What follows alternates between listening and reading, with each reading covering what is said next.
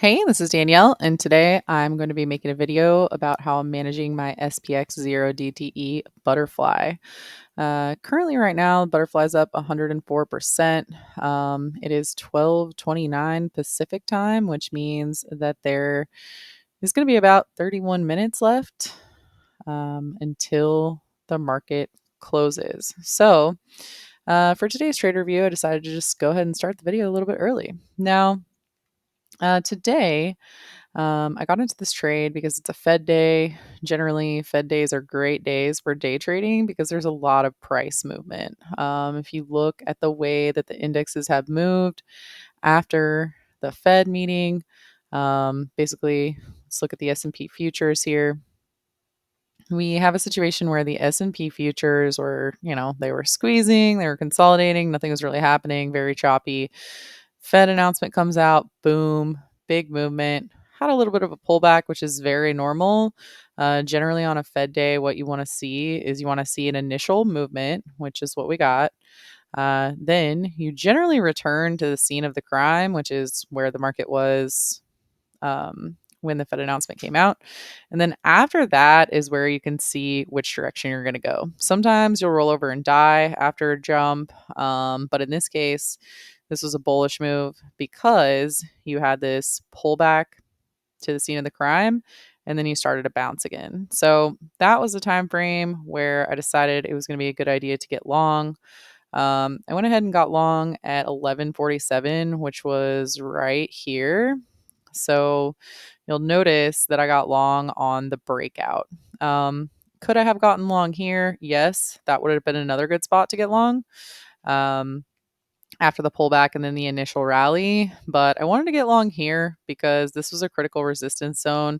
And if it failed here, there just wouldn't have really been a point to get long. And so I will make these kind of trades where if you see a high volume breakout, I will go ahead and get in. Now, the other reason why I will do that is because it is combined with a couple other factors. Generally, like in this case, we had ticks that were very strong. The initial buying pressure, which is what the tick measures, by the way, NYSE tick.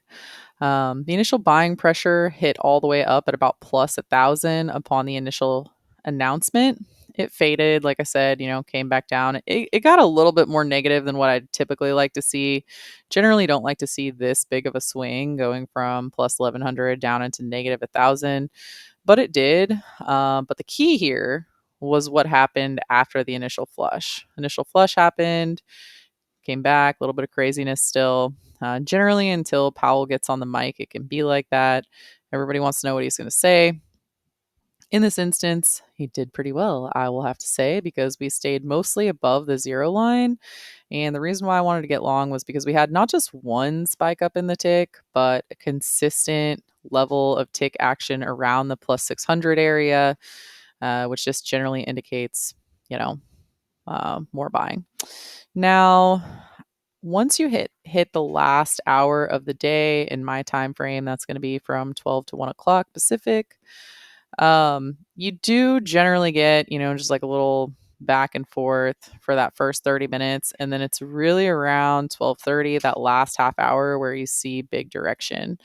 In this case, we're again hitting up in the plus 1,000 zone, which means that we have some really strong buying here. And so for me and my trade, I actually think my trade is going to be a little bit too, I think it's going to be a little bit too short because I think that we're going to blow through my target. So I put this trade on when the S&P was trading right around 52.10. I think it was at like 52.08. I placed a 52.10, 52.25, 52.40 bullish call fly in the SPX. This trade only cost me $300, $310. It's a little smaller than what I normally do, but I wasn't feeling well last week, and so I haven't really been trading for the last week. So whenever I kind of get back in the game, I try to do things that are a little bit smaller. But either way, I'm already making back the debit I paid, which is great. And now I just have to decide how to manage it. So With a butterfly, especially a 0 DTE SPX, the perfect situation is that you see the market trade into your target. My target was 52.25. We're trading at 52.24.43. So that's perfect. The only thing that's not perfect about it is that we still have 25 minutes left of trade. So the thing here is, what should I do? Should I close it right now, take my 134%, my $400? Or should I let it keep trading? Now, it's going to depend on the ticks. As I already mentioned, when I looked at the ticks are pretty strong. So if the ticks remain up above plus 600, that's not going to be good for me because I don't want to see the price go that far through the center strike of my fly. Now, if I look at the resistance zones in the SPX, or sorry, in the S&P futures, I like to use the S&P futures when I'm trading the SPX because it just moves a little bit better. So when I look at the S&P futures, I can see that I am at the upper band of my target zone. So, could it really keep going? I mean, yeah, it can always keep going, especially because it has a key psychological value right here. But we are at the upper band. We're starting to soften up a little bit. So if I think that we're at a resistance zone, I will hold a butterfly a little bit longer, because the key with the butterfly is going to be the decay of the center strike. Okay. With the SPX, one of the reasons why it's so great to trade is because it still has premium in it, even though you're so close to expiration. Less than 24 minutes now. So there's $4 of premium in this 52.25 strike. Now, you can see my butterfly right now. It's up 143%, making $445. But you know how I could make more? I could make more if these 52.25 calls that I have sold for $5.95 that are currently going for $3.75, if that stays out of the money and that 375 times 2 decays, because we have, like 23 minutes left in the day. So it's basically like holding a plank at this time. Can the stock stay around this price? Because at this point, I have basically the max on the 52.10. This one is, the max it can go for is $15 because of the spread between 52.10 and 52.25. The max you can ever get on that one's $15. So the way that you can make more is by this one right here decaying. So now we're back down to 52.20, seeing a little bit of resistance coming in there. And just like you don't want to see it go too far through the 52.25 target, you also don't want to see it come back down that much compared to, where the price is, because you do want it to be, as close as you can to that center target. And the thing about the ticks is that when the ticks reverse on you, when the ticks go from up here plus 1200, they can kind of max out. And when they go back down into negative 600, that can be a big sign that people are selling, prices reversing up at those highs. So you do want to be pretty careful if you're long going into the close and you only have, less than 30 minutes left, and suddenly you start seeing negative 600 on the ticks. One little one tick wonder going down in that zone and bouncing is not that big of a deal. But if it goes down into negative 600 and it stays there like this, that's definitely a time I take profits on my longs, because these SPX day trades move really fast at the end of the day. And it's a very tragic thing to have, a good trade evaporate before your eyes. And it has happened to me more times than I care to admit. So I try to be pretty careful with that. Now, you can see you're down to 52.18. Basically, my job here is just to see if this is a one tick wonder or not. While it's very enticing for me to try to get a max profit on this, max profit would be $15. That would be if the SPX closed exactly at 52.25. That's how I would be able to get out of this trade for $15 when I paid $3. So, that would be cool. I would like that. That would be awesome.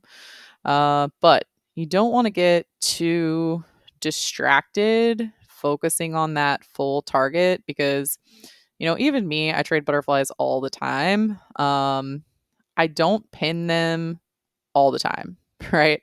I don't pin them the majority of the time. I will have some pins every now and again. I don't know, maybe once a month. That's like the gold. That's like the golden egg that you find at the end of the rainbow.